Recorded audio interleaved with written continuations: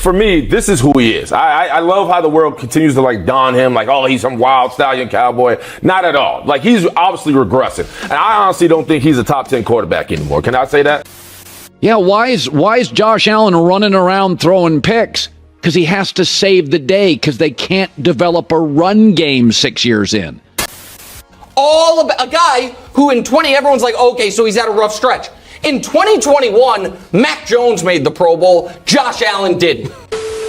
The Buffalo Bills are sitting pretty at 3-1 and have just delivered a masterclass obliterating the undefeated Miami Dolphins 48-20. A week ago, Miami Dolphins were the clear-cut best team in the AFC West, best team in the AFC, and clear-cut best team in the league. But guess what happened? Josh Allen, Stefon Diggs, and the Buffalo Bills all said in unison, hold my beer. This wasn't just a victory. This was a declaration, a seismic response to the narratives that have lingered around this team like a shadow. Now, the Bills, showcasing an electric performance across the board, have not only etched a victory, but have also reignited that once dimming flame of their Super Bowl aspirations.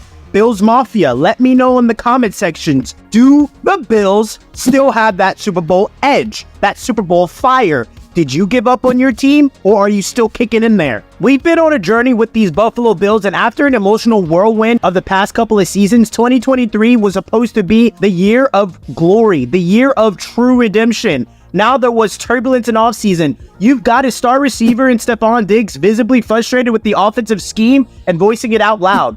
You do not voice it out loud. You keep everything in-house. In-house is where you can fix the problem. But hey, it's week 1 against the Jets. This should be the moment we pivot. Aaron Rodgers, the Hall of Fame quarterback of the New York Jets offense, gets injured first drive of the game. In comes Zach Wilson, and every Bills fan is thinking, we won week 1. Zach Wilson is in, Aaron Rodgers is out.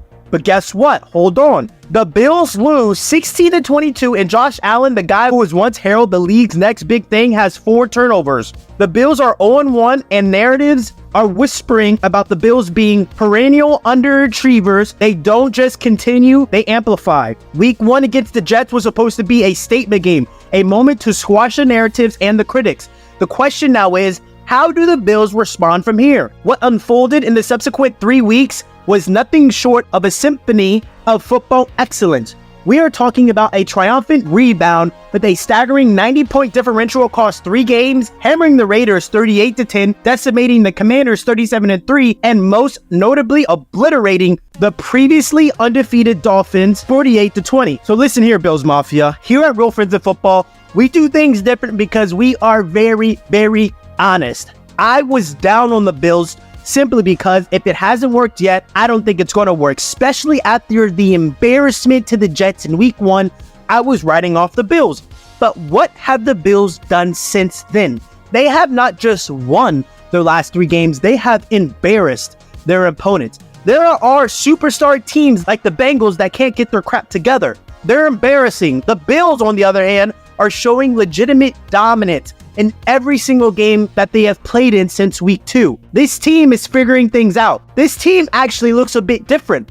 This team, believe it or not, they are looking as if they are the team to beat, even over the Chiefs. No longer are we strapping the entire offensive load on Josh Allen's back, demanding 40 throws a game. He's been surgical, efficient, and the stats against the Dolphins, 300 yards, 4 through the air touchdowns, and a rushing touchdown, and a perfect passer rating, an echelon only Aaron Rodgers in 2019 has touched. We gotta tip our caps to offensive coordinator Ken Dorsey. Scrutiny, criticism, they were all raining down post-Jets mishap. But since then, an offensive powerhouse has been created, embarrassing opponents with 30-plus point victories. Now, let's talk about Gabe Davis, the number 2 to Stefon Diggs, providing that deep threat consistency. It looks as if things are starting to really gel with Josh Allen and Gabe Davis, which is going to be super, super valuable in the playoffs when the teams are really dialing their attention on Diggs. Gabe, you better show up when the team needs you. And Stefon Diggs, the king of route running right now,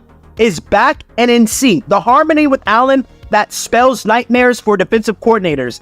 Add to the mix rookie guard Osiris Torrance out of Florida, who has been dominating. He's literally the missing piece to shoring up the offensive line, providing that crucial pocket comfort for Allen and you've got a recipe that's cooking up something special. Bills Mafia, are you seeing what I am seeing with your team? And am I wrong to say that this team looks a little bit different from teams previous? The Buffalo Bills defense, a unit that across 4 games has allowed 55 points, etching their name second in the NFL only to the Dallas Cowboys. Von Miller, future Hall of Famer edge rusher, isn't even on the field yet, and this defensive line is wreaking havoc all over the league. Ed Oliver is finally continuing to flourish into an undeniable superstar, and let's get into Leonard Floyd, snagged in the offseason and is looking like one of the most astute pickups of the season. Once the Bills inject Von Miller into the equation, we're rekindling that defensive end duo that clinched a Super Bowl with the Rams. But not everything is beautiful and not everything is sweet for the Buffalo Bills. Losing star corner Tre'Davious White to a torn Achilles is gut-wrenching, no doubt about it. Last year's first-rounder Kyrie Elam, who's been a healthy scratch, has his moment to unveil that first-round talent to step into those substantial shoes left by White. And who's the genius orchestrating this defensive symphony? Sean McDermott, taking the reins as the defensive play caller this season, and the man has not been missing. He has been hitting every single opportunity he has had to make a big defensive playbook for his team. He's accomplished everything well. The Buffalo Bills have ferociously planted their flag atop the NFL landscape with a staggering plus 84-point differential leading through these initial 4 weeks. I mean, we're witnessing a Buffalo stampede led by an offense and a defense that both, not one or the other, both sit comfortably dominantly in the NFL's top 3. And let's marinate on Josh Allen for a second. The man has virtually brushed off a shaky start to week 1, elegantly pivoting into an MVP caliber performance. But here's the rub. The AFC is a juggernaut of top-heavy competition. The Bills, they've given us regular season brilliance before. Don't be fooled by this, Bills Mafia fans. Do not hold your team to this standard. 13-3, we've had it before. 12-4, it's cute. I want more for my Bills Mafia. They deserve more. The haunting question that lingers in the Chris Buffalo era is, can they translate this symphony of regular season dominance into a scenario in the playoffs that is painted perfectly for the Super Bowl? So here we are, Josh. This is it, man. A lot of people are banking on you to be the MVP, to win the Super Bowl. Let me tell you exactly what I want you to do. Don't fold. Don't fold.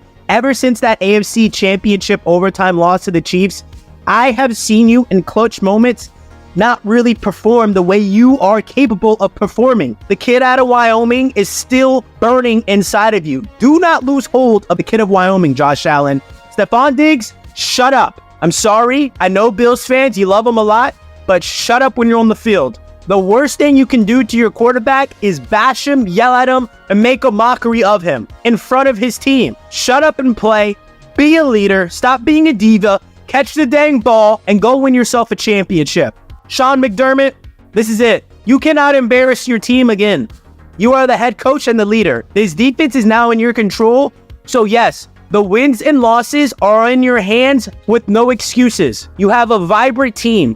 This is the team that is etched as Super Bowl winners in the beginning of every year. Don't fumble it. Like, comment, and subscribe.